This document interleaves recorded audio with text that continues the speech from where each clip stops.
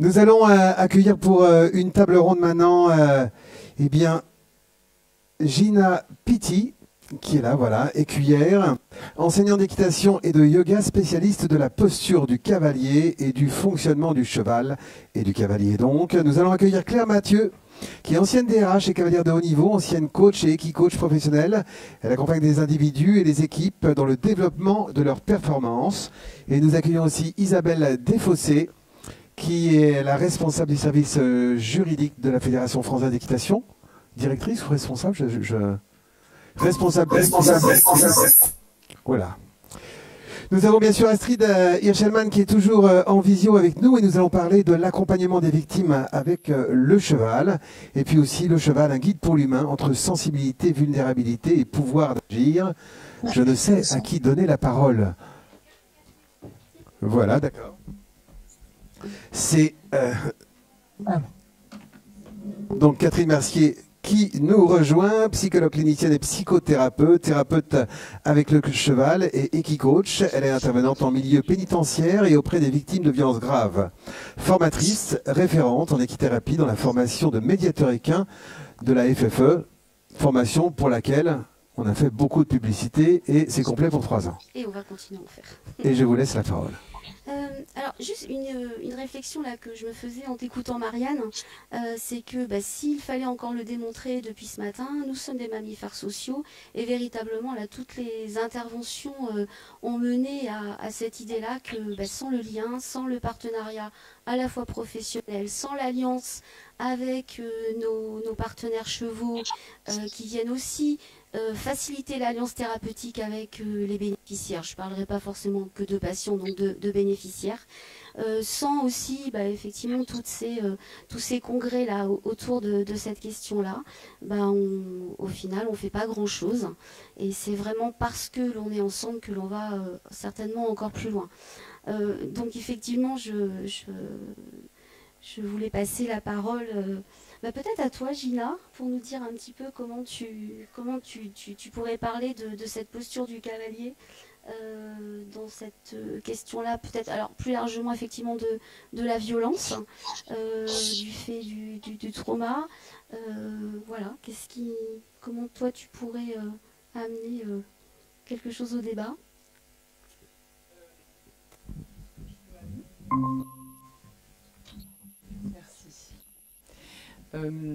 Ce que je peux amener en tant qu'accompagnante des cavaliers de différents publics et notamment aussi au niveau du milieu carcéral auquel du près je suis intervenue durant 4 ans. C'est spécifiquement la posture dans sa globalité en fait, que ça soit d'être simplement dans la lecture du corps. Moi, je suis passionnée par le vivant et par l'expression et le langage corporel, notamment chez l'humain, mais aussi chez le cheval. Et notamment tous les traumatismes et la lecture d'un point de vue aussi, ce qui me semble essentiel, c'est de développer notre niveau de lecture du point de vue de la corporalité des publics que l'on accueille. Et notamment ce que l'on va pouvoir leur proposer. Moi, je travaille avec différents enseignants, notamment beaucoup de femmes. C'est pratiquement un public exclusivement féminin au sein des formations que je propose. Et au niveau de la posture de la femme à cheval, j'ai étudié pendant de nombreuses années, en tout cas une question auquel je n'ai pas trouvé de réponse. C'était l'enseignement en fait, donc l'équitation a été écrite principalement par des hommes et pour des hommes, et aujourd'hui dans un public exclusivement féminin, il y a de nombreux problèmes d'équilibre, notamment pour les femmes à cheval, qui créent des conséquences assez importantes au niveau psychique. Donc moi j'ai fait pas mal de recherches à ce niveau-là et je me suis rendu compte évidemment que nous sommes faits de 2 corps différents et notamment toutes les directives de la posture qui étaient enseignées par des hommes à des femmes étaient principalement malheureusement erronées. Donc c'est un vaste sujet, je ne pourrais pas tout vous exposer aujourd'hui, mais ça entraîne vraiment un déséquilibre très important et un manque de confiance et de sécurité qui est très très important auprès aussi des chevaux, et notamment dans sa propre personne, et qui va rappeler aux blessures personnelles, hein, dans leur positionnement global. Donc en fait, ton constat, c'est, enfin moi ça m'évoque effectivement là tout le débat sociétal à l'heure actuelle sur patriarcat, matriarcat, l'adoption, j'espère bientôt, du consentement dans la définition du viol, enfin des choses comme ça. Ça m'évoque un petit peu tout ça et toutes les violences là dont on a parlé faites aux femmes. Alors effectivement, il n'y a pas que des violences faites aux femmes, mais globalement, il peut y avoir aussi des hommes victimes et moi j'en ai eu. Mais effectivement, cette question-là de la violence, de l'emprise, comment je me déprends. Oui, et sans non plus se couper d'un enseignement masculin et sans non plus dégrader cet enseignement qui est extrêmement important, dont je suis vraiment inspirée. À côté de ça, en étant vraiment une passionnée d'art équestre, je puise mon enseignement principalement auprès d'anciens écuyers. Et j'ai essayé de décrypter, de comprendre ce qui était enseigné. Donc mon job, c'est de faire de la traduction corporelle, on va dire ça comme ça. Et comment les femmes pourraient aussi se saisir de tout ça? Oui, un peu exactement. Et de se positionner clairement face à ça. Merci. Qui aurait envie parmi vous là, Isabelle, Claire, envie de parler peut-être du projet ou d'autre chose? Oui. Oui. Oui. Est-ce qu'on peut monter le son, s'il vous plaît?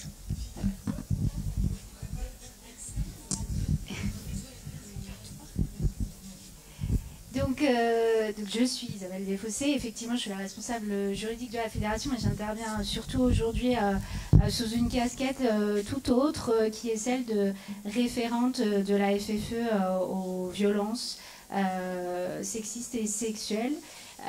Donc, on va dire que c'est des missions dans les fédérations sportives qui ont été créées notamment à partir de 2020 et de la révélation de l'ampleur des violences dans le sport.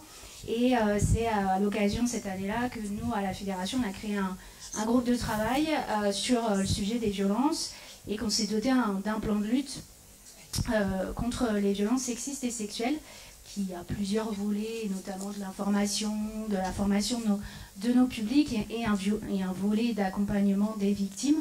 Et si effectivement, pendant les quelques années du début de ce plan, on s'est un petit peu centré sur la formation de nos publics pour justement essayer de faire prendre conscience aux cavaliers, aux enseignants, aux dirigeants de l'ampleur de ces violences et des conséquences sur les victimes et sur nos pratiquants, et particulièrement nos pratiquantes, hein, puisque statistiquement, malheureusement, les femmes sont plus victimes, et les enfants, et Dieu sait qu'on a beaucoup de jeunes filles dans nos pratiquants, c'est la majorité, c'est 80%.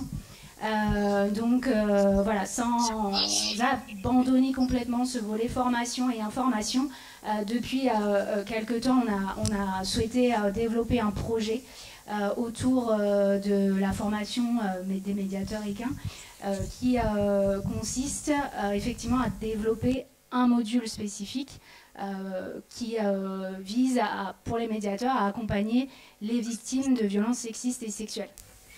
Donc pourquoi développer ce module? Parce que, comme on a pu le dire précédemment, Madame Buffet, dans son intervention précédente, a indiqué que voilà, ces victimes-là, elles sont victimes et elles ont des conséquences propres, on va dire, sur elles, qui ne sont pas forcément les conséquences d'autres personnes qu'elles peuvent traiter au quotidien. Et donc, on a souhaité axer un cadre de 6 séances sur le fait de pouvoir se réapproprier finalement son corps, ses idées, ses pensées, ses décisions autour de ces séances-là, et afin finalement de pouvoir les laisser se réparer autour de ces séances. Donc l'objectif de ce projet, c'est déjà de pouvoir l'installer à la rentrée de septembre 2025, hein, puisqu'on a effectivement notamment Catherine qui travaille dessus, hein, sur l'élaboration, et Anne-Sophie, voilà, qui est également présente dans la salle, donc sur l'élaboration de ces 6 séances-là, avec un objectif déjà de prise en charge par la fédération. Et c'est un projet, je pense, assez... il y a du challenge parce que effectivement ces victimes, en tout cas dans notre pratique à nous, le cheval était finalement partie intégrante presque du traumatisme, puisque, et ça on l'a pas forcément dit parce que les interventions étaient peut-être un peu plus généralistes, mais si effectivement dans le phénomène d'emprise, voilà, il y a du chantage, en équitation, le cheval fait partie du chantage.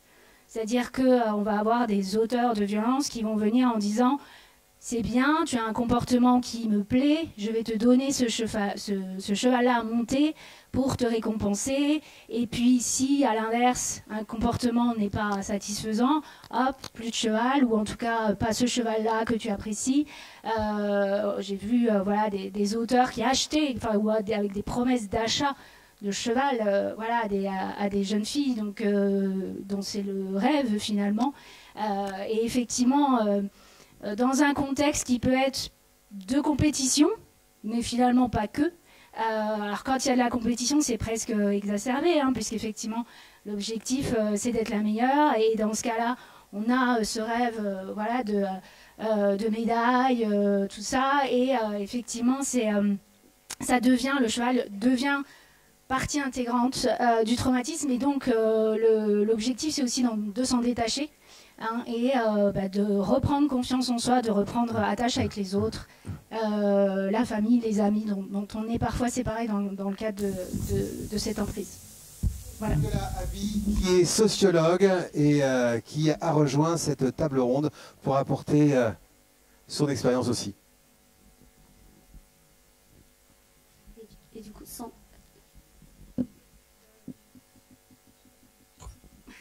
je voudrais juste, pour terminer ce que tu disais Isabelle, juste sans perdre du coup le lien au cheval. Bien sûr. Là, c'est aussi ça qui va revenir. C'est remettre le cheval, voilà, remettre. Et ce qui est quand même intéressant, c'est que parmi tout, moi je suis en contact aussi avec les victimes, hein, c'est que dans la plupart des cas, elles n'ont pas forcément perdu ce contact, elles n'en ont pas forcément été dégoûtées. On peut voir dans les médias, voilà, des personnes qui arrêtent leur sport, qui voilà, ils veulent plus du tout en revenir. Moi, j'ai constaté que souvent, elles restaient cavalières. Et ça peut-être c'est finalement le seul lien qui leur restait avec le reste. Bon, alors moi je vais intervenir. Donc je suis en fait je suis là pour parce que alors je suis sociologue, j'ai une formation en sociologie et j'ai travaillé en fait en sociologie du travail dans le domaine médical.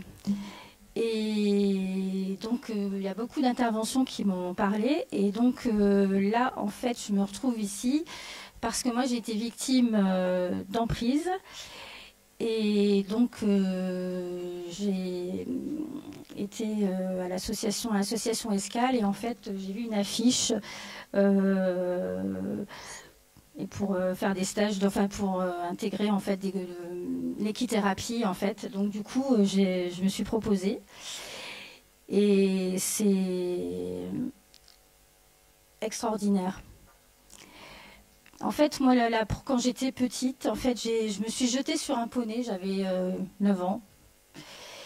Et donc, je me suis vautrée sur son ventre, et elle m'a donné un gros coup de mâchoire dans la cuisse. J'avais un énorme bleu, et j'avais peur des poneys, pas spécialement des chevaux, mais je ne montais pas à cheval, mais je m'approchais beaucoup des chevaux, mais pas trop près.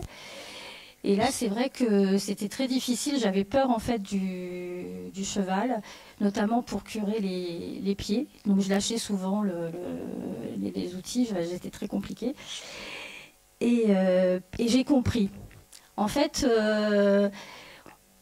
c'est comme les êtres humains. En fait, on les approche pas, on vient pas, on leur saute pas dessus. ben, le cheval non plus. Et petit à petit, en fait, en le pensant le cheval, en s'en occupant, il y a la confiance qui se met qui se crée réciproquement. Et là, du coup, il y a beaucoup de choses qui se passent intérieurement. Puisque l'animal, il se respecte, donc moi aussi, je dois me respecter.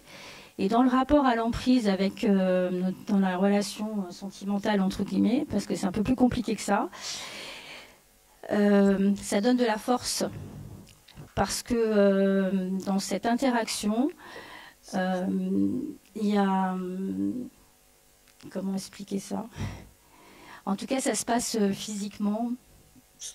Et du coup, mon comportement a changé par rapport à l'objet de ma relation avec la dépendance affective.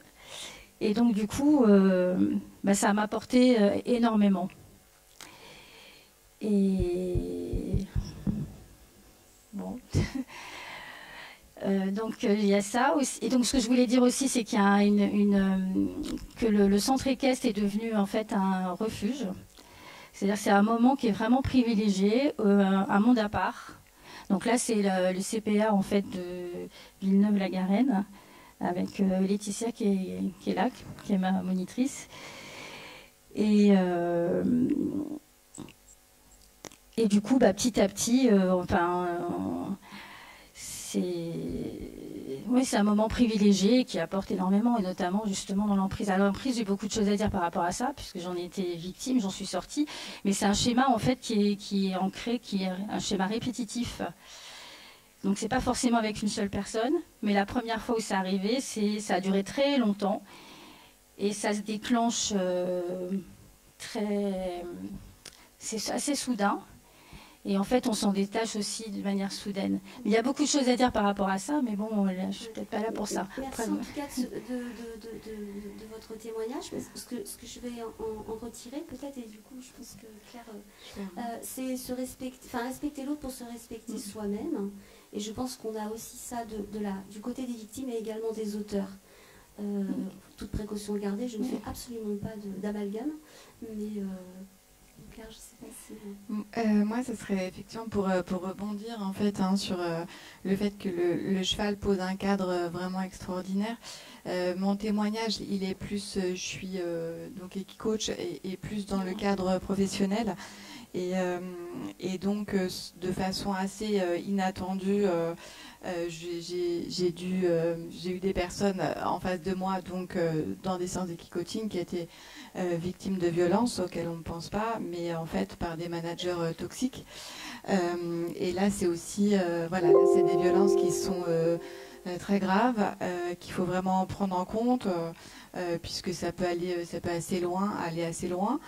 Et par ce cadre en fait assez extraordinaire que peut poser le cheval, où dans un premier temps ça permet de sortir du contexte de l'entreprise bien sûr, mais de retrouver la connexion avec le cheval, de pouvoir retrouver une certaine forme de confiance,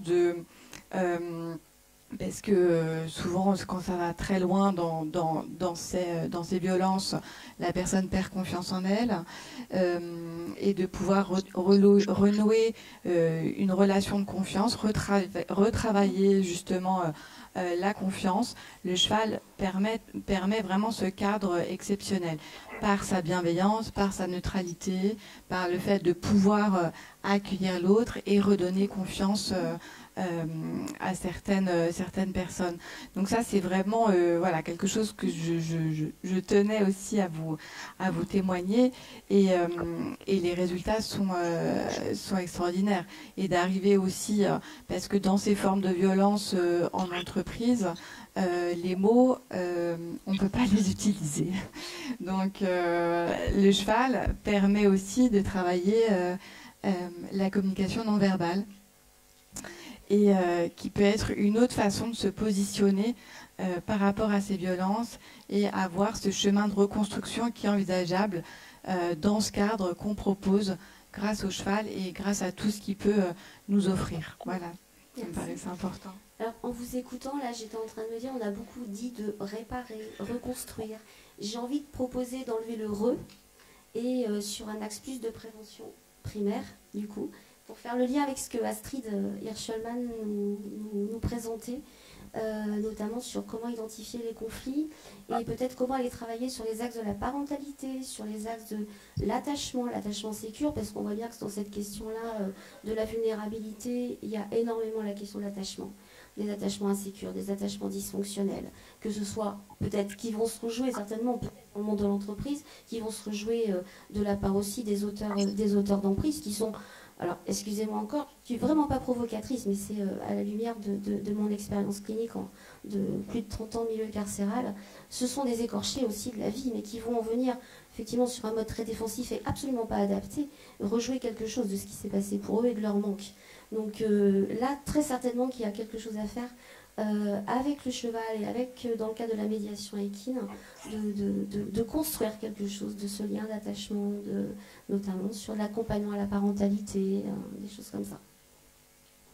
Je sais pas du coup ce que vous en pensez. Moi, je dirais que en fait, c'est lié justement à la dépendance affective, l'emprise. Et donc, est-ce qu'on a besoin? Alors, la dame, elle vient de partir, mais en fait, il y a aussi la peur de l'abandon, et l'autre, il fait jouer cette peur-là. Et c'est là-dessus qu'il nous rattrape. Mais bon, il y a moyen de s'en détacher. Puis après, il y a d'autres raisons en arrière-plan. Ça peut être juste le fait de taire la relation, et que du coup, on s'y enferme, et qu'il y a la honte. Enfin, il y a des tas de raisons, et c'est pas forcément aussi catégorisable que ça. Voilà, parce qu'il y a des situations qui sont uniques. Et au moment où elle a parlé de dissociation, juste avant, j'étais en train d'écrire dissociation. Parce qu'effectivement, on se retrouve, il y a des moments de sidération et on se dit, mais en fait, je suis deux. Mais c'est une façon de se protéger. Et donc moi, en fait, c'est comme si j'avais une double vie. Donc j'avais la fac et de l'autre côté, j'ai aussi fait d'autres choses. J'ai fait de la danse, donc j'étais chorégraphe. Et je pense que c'est une façon aussi de se protéger, de pouvoir vivre. Après, il y a encore pire. Et de ne pas en sortir. Et puis il y a aussi au niveau, au niveau juridique, il y a un vrai problème, parce que quand on parle d'emprise, et quand on subit des violences psychiques et physiques avec des séquelles dégénératives par exemple, en fait comment on peut porter plainte? En fait on est doublement condamné en fait, et on vit encore plus avec ça. Et normalement, il ne devrait pas y avoir prescription pour ce genre de situation. Une fois qu'on a compris l'emprise, on ne peut pas porter plainte quand on est sous emprise, on peut porter plainte que quand on est en dehors quand on en est sorti. Donc ça, c'est compliqué. Et oui. Effectivement, ce que je pourrais dire par rapport à ça, c'est que finalement, même si on pourrait dire qu'on a pris justement notre plan de lutte peut-être à l'envers, je pense que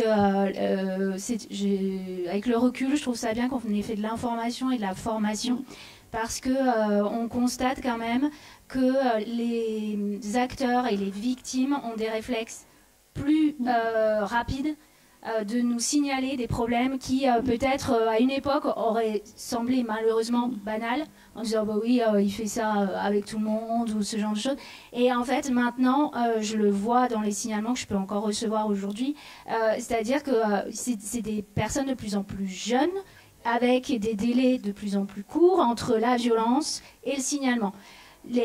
En 2020, quand on a commencé à faire une adresse mail signalement, on avait des personnes avec des violences qui s'étaient passées en 1971, au plus ancien de ce que j'ai reçu. Donc effectivement, avec la prescription et tout ça, là j'ai des signalements de faits qui se sont produits 1 an ou 2 ans ou quelques mois avant, donc c'est lent, hein, de toute façon c'est des faits de société, c'est lent, mais moi je pense qu'on voit quand même effectivement une amélioration finalement dans la prise de conscience de tout le monde, des victimes qui se disent non c'est pas normal ce que j'ai vécu, ce qu'on m'a fait, des témoins, des tiers, des dirigeants de clubs qui disent ah bah là, on m'a rapporté ça. Il faut absolument que j'en parle, il faut que je fasse un signalement. Donc je pense qu'effectivement, on va dans l'amélioration et dans une prise en charge, qu'elle soit psychologique, juridique, de la victime, de plus en plus précoce, je pense. Bah, en fait, il faut apprendre à s'aimer et surtout à dire non.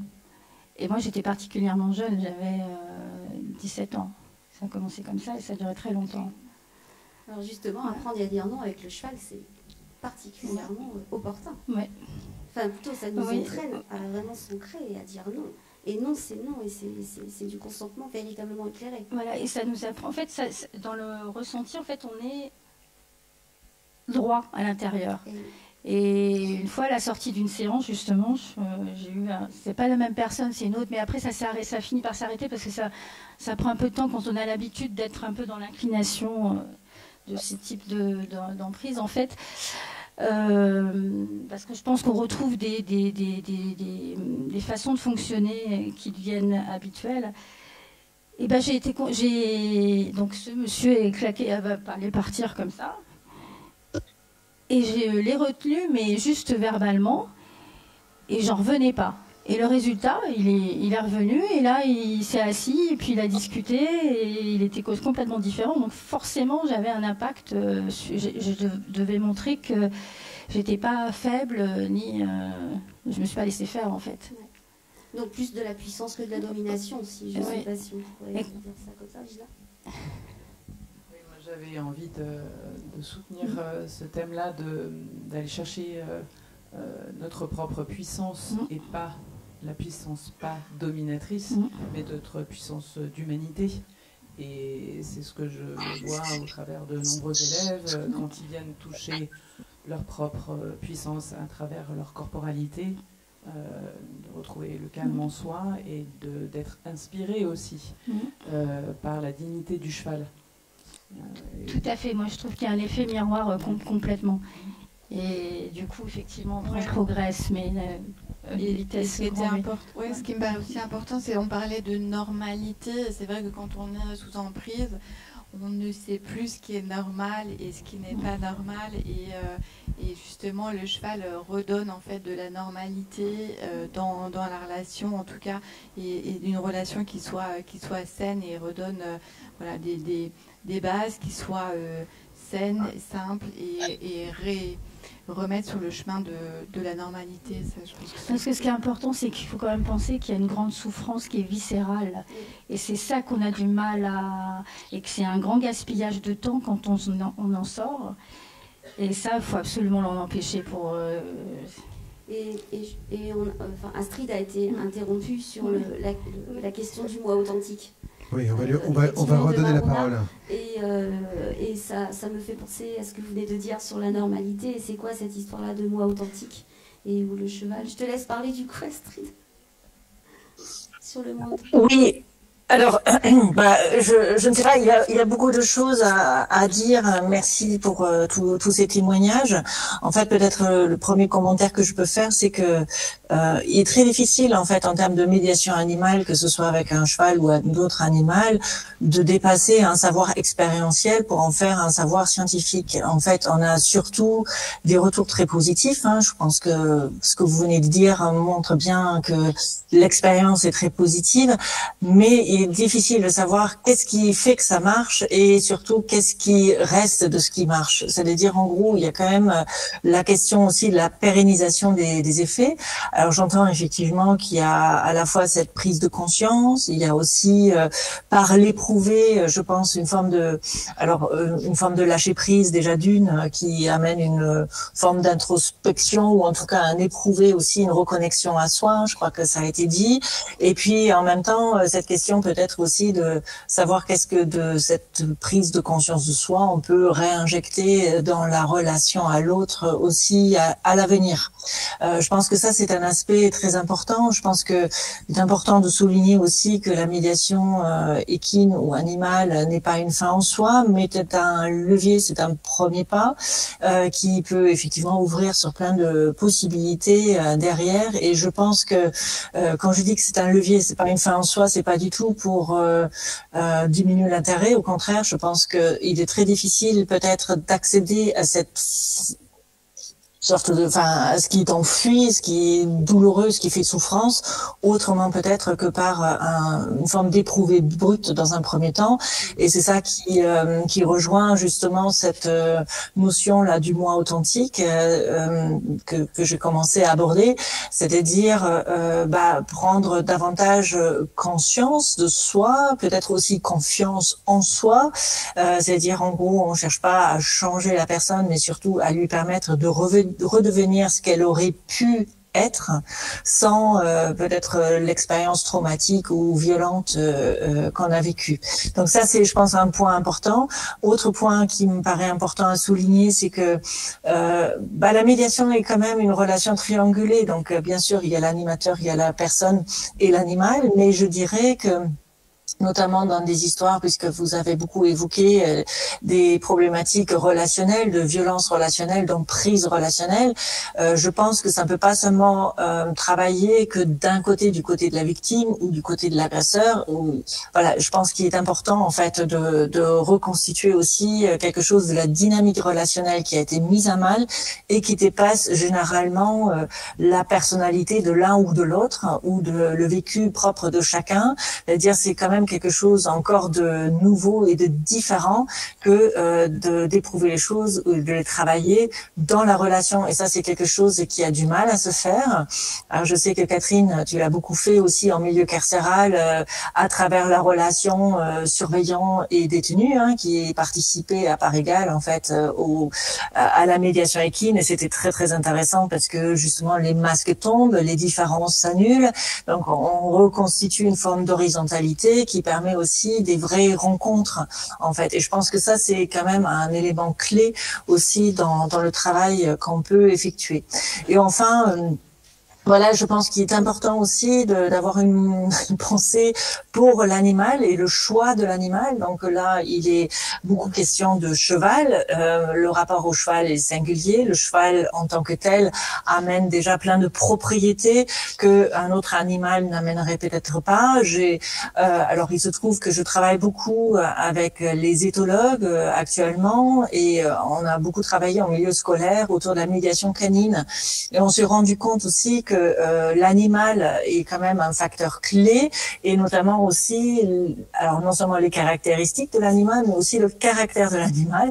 Par exemple, on a vu que pour beaucoup dans beaucoup d'écoles, on peut intégrer des chiens, par exemple, qui sont plutôt placides, plutôt, je dirais, on leur demande d'ailleurs de pas trop bouger, de ne pas avoir trop de personnalité. Or, justement, face à des personnes parfois écorchées vives, comme tu viens de le dire, Catherine, eh bien, on a aussi peut-être parfois besoin d'avoir des animaux qui sont pas uniquement des plantes vertes, en fait, qu'on pose là, mais qui interagissent réellement avec le public. Donc, par exemple, ça, c'est un critère que nous travaillons actuellement à l'université de Caen autour de la médiation canine. Et ça, on le travaille aussi dans le cadre justement des auditions de mineurs, donc victimes. Et on a un exemple actuellement avec le procès Squarneck qui passe dans le Morbihan. Voilà. Donc voilà, je lance un peu quelques idées comme ça en vrac, mais en tout cas, je pense qu'il y a beaucoup de pivots qui sont mobilisés dans la médiation. On va retenir effectivement le choix de l'animal et de nouveau la question du bien-être de cet animal et comment lui aussi peut choisir. J'ai le mauvais rôle du maître du temps, mais on va prendre 2 questions dans la salle avant de conclure ce débat qui est passionnant, mais que vous pourrez bien sûr continuer avec les intervenants ce soir, par exemple, au cours du dîner. Est-ce qu'il y a une question dans la salle? On va commencer par une. Rebonjour, Virginie Lamotte de l'Agence nationale du sport. Avec tous les propos que vous venez à chacune avec vos spécialités et vos approches, comment appréhendez-vous l'enfant particulier qui serait lui-même aussi en situation de handicap et où la verbalisation est potentiellement plus compliquée? Marie Rabatel avait fait un documentaire l'année dernière très intéressant sur ce sujet où dans le cadre des violences, quelles qu'elles soient, un enfant en situation de handicap est confronté à des adultes qui lui indiquent souvent quoi faire, quand faire, comment faire. Et donc verbaliser une situation de violence est d'autant plus difficile quand on ne sait pas soi-même où sont posées les limites.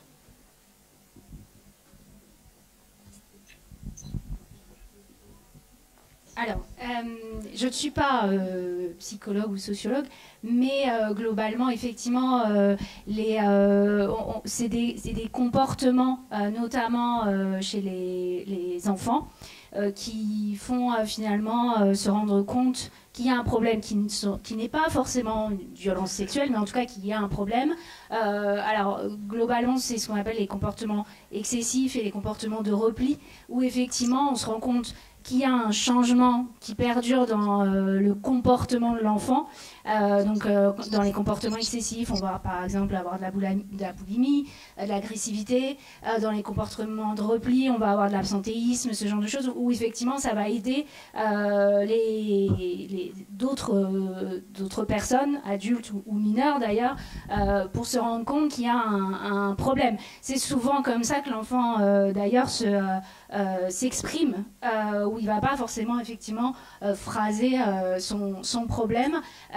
Et vous parliez tout à l'heure effectivement d'absence de verbalité du cheval, ce qui effectivement permet finalement d'échanger dans cette absence de verbalité et effectivement favorise la relation enfant-cheval, notamment dans la médiation, dans la reconstruction, parce que de toute façon, on sait que les enfants sont beaucoup victimes. Avant 13 ans, c'est autant les femmes, les filles que les garçons d'ailleurs, et après donc effectivement ça se réinverse, et vous parliez du handicap, quand on a une personne en situation de handicap, elle a 4 fois plus de chances d'être victime de violences sexistes et sexuelles. Donc c'est des publics particulièrement fragiles auxquels il faut faire particulièrement attention, notamment quand c'est les plus jeunes, effectivement.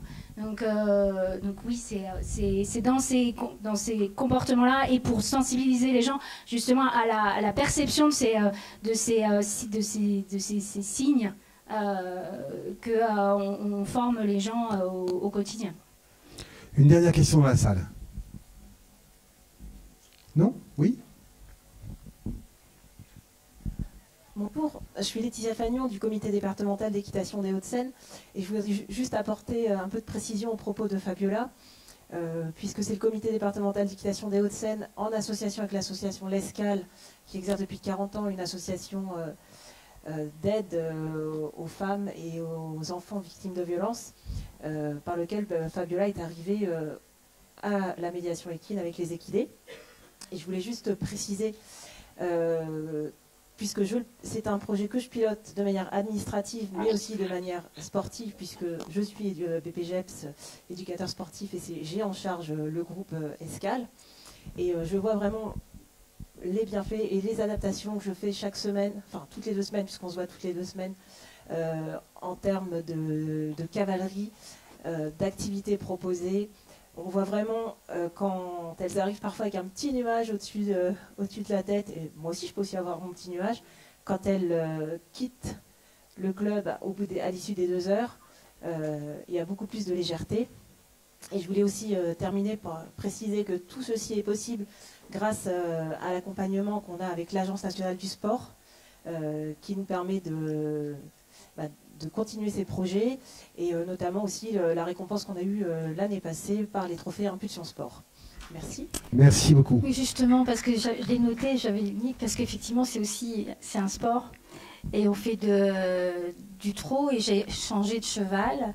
Et en fait, comment dire, il y a des choses que je peux faire avec le nouveau cheval que je ne pouvais pas faire avec l'autre parce qu'il a pris le pli. Et c'est ce que ma soeur m'a dit, mais là, il te connaît, hein, c'est pas la peine, hein, c'est foutu.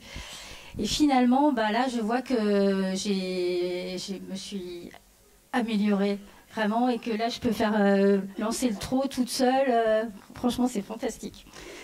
Je voulais juste donner une toute petite note positive, parce que je voulais préciser qu'une fois qu'on traverse ses fragilités, ses vulnérabilités, pardon.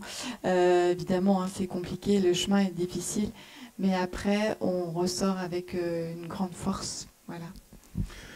Je voudrais des applaudissements nourris, s'il vous plaît.